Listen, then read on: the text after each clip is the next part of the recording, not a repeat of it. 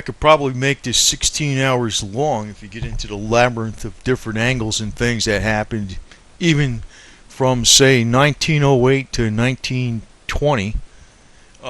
You can really dig into a lot of stuff. But I want to bring out a point. It's probably starting to become a little bit more popular of a rumor or conspiracy type thing, but I think it's legit.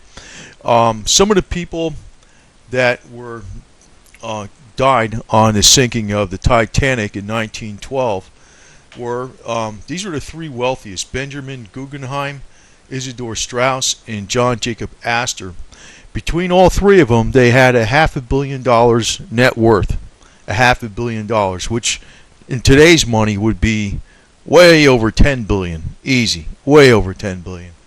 Benjamin Guggenheim, he was known as the Silver Prince. He was in the mining business with precious metals. Now, what I'm getting at is actually all three of these people would have stood in the way of the Federal Reserve, the Rothschilds, J.P. Morgan, the Rockefellers, and all that group. Isidor Straus was the head of the Macy's department stores. John Jacob Astor was probably the wealthiest man in the world. I'm just going to take this straight off of public domain information off of Wikipedia, but I'm going to comment a little bit more on it, and hopefully I'll be brief.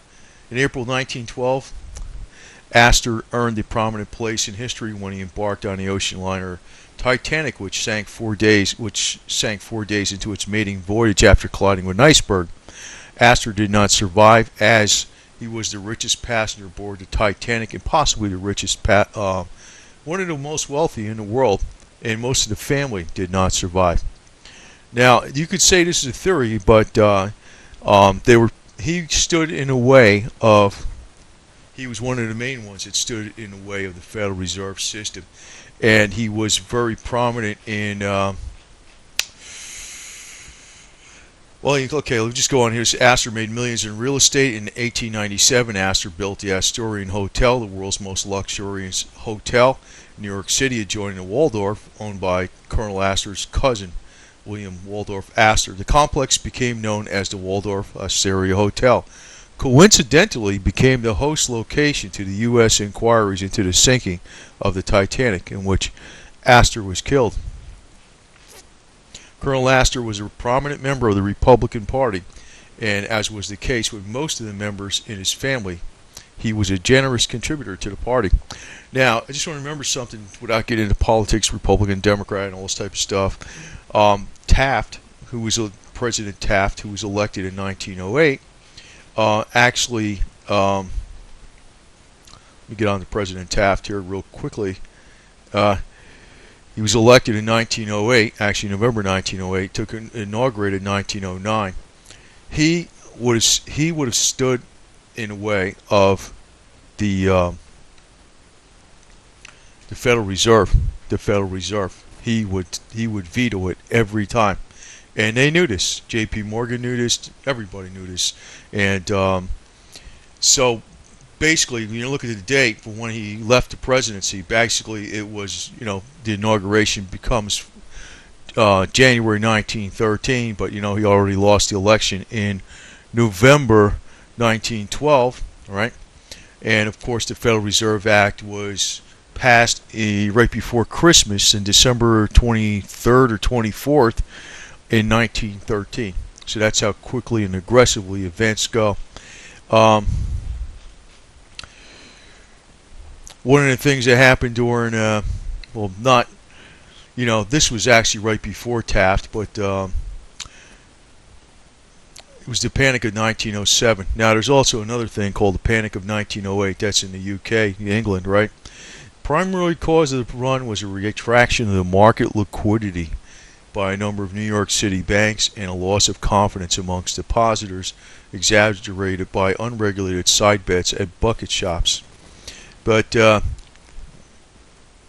that is the reason they used for forming the Federal Reserve. They said the panic might have deepened if not for the intervention of J.P. Morgan, who pledged large sums of his own money and convinced other New York bankers to do the same to shore up the banking system. Now, there's another. This is straight off of Wiki, but there's another twist to this. Obviously, these are very shrewd people. The panic was probably helped along by J.P. Morgan, but not started by J.P. Morgan. But he has a reason for doing that because the central bank's charter, or like the Federal Reserve, can change the money supply of the nation. In other words, it was an inelastic money supply that was causing these contractions that happen in panics and downturns in the economy. So if you have an elastic money supply that can be manipulated by the central bank, you can go ahead and alleviate a lot of problems. The theory goes. That's how the theory goes in their, as they state. But obviously it is a scam to steal people's wealth in a very slow manner because they devalue the currency by printing more and more money. When U.S. President Andrew Jackson allowed the charter of the Second Bank of the United States to expire in 1836, the U.S. was without any sort of central bank, and the money supply in New York City fluctuated with the country's annual agricultural cycle. So, Andrew Jackson knew better. But actually, versus a Ron Paul, who's I'm not going to say one way or another about that guy, but what really is needed is somebody like Andrew Jackson to knock out the Federal Reserve, per se. Because, a little story about Andrew Jackson, there was an assassin that tried to kill him, and he was actually shot, but he ran after the guy and beat him up. I can't imagine Ron Paul doing that, but you need a crazy guy to freaking run it off the damn presidency to freaking fix things. Anyway, the 1907 panic began with a stock manipulation scheme to corner the market in Augustus Hines United Copper Company. Hines made a fortune as a copper magnate in Butte, Montana. They were playing games trying to corner the copper market. So that kind of led to some other events, but the story also is that J.P. Morgan helped along the panic because he wanted this as great advertisement for pushing a centralized bank. Now, hopefully this doesn't become too disjointed or long, because there is a lot of different things that going on with this stuff. So basically, that came into office was Woodrow Wilson. He was put up by the bankers, and he wasn't going to win the Democratic over Taft. So they had he was running against Teddy Roosevelt on an independent ticket. Was also in that election time in 1908, because it split the vote with Taft. So that caused Woodrow Wilson to get in, the third-party candidate, which, you never know. That could be one of the problems with anything. That third-party candidate could actually put the greater of the two evils, or the more controlled candidate, into office, and that's what happened in 1908. Woodrow Wilson actually was a very good person in his heart. He was very well educated. He came from Princeton University, I believe it was, president of Princeton University in New Jersey, and he was a PhD. He was the first PhD to ever become president. The problem wasn't him. The problem was that he was being suckered. There was also Edward Mandell House, who was his main advisor, but also Bernard Baruch, who also had a big influence over what was going on over the president. So basically, a lot of people, there was people behind Edward Mandell House, and they called him Colonel House. He actually was the main advisor to the president, but it isn't one guy. It's always attached to financial interest. Like you have Senator Nelson Aldrich. He was the one lobbying for the Federal Reserve at that time, the senator from New York. And you hear of Nelson Aldrich Rockefeller, that type of stuff. These are all interconnected families. Actually,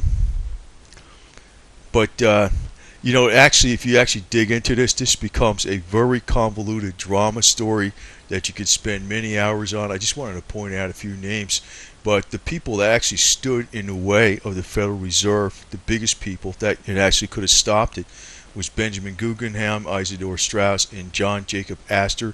All three These people died on the Titanic, on the sinking of the Titanic.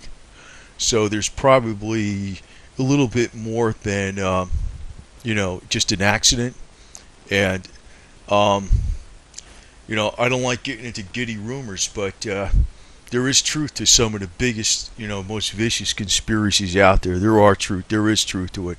And if you want to look at what even happens in the real world, and that's historically and accurately referenced, look at Roman history. For instance, the Roman Emperor Probus was getting ready to go against the Persians back. I forgot what year it was, but very strict disciplinarian. It turned out he had prayed. He was another usurper that took the emperorship from him. It was a Praetorian Guard, basically installed another emperor. But he sent some troops to go against that. But it turned out they turned on him because somebody paid him more money, and so his own troops killed him. So I mean, there is lots of different things that go on. Maybe that was out in the open, but there is lots of things that go on, and it's always been going on. So one thing not to be in is this constant state of fear or panic about anything. But as far as this being a rumor or just a conspiracy theory, I tend to highly doubt that it's just a theory. I think these people were actually murdered on the Titanic, and they stood in the way of the Federal Reserve. But just beware, because people sometimes are jumping on these causes with the silver coins, the gold coins, the Ron Paul ship, and I don't know. I think you got to be a little smarter than that, because I don't think some leader's just going to come out there and fix everything. People got to be smart, understand what's going on, read between the lines, and number one, don't panic. That's the number one thing. Don't panic.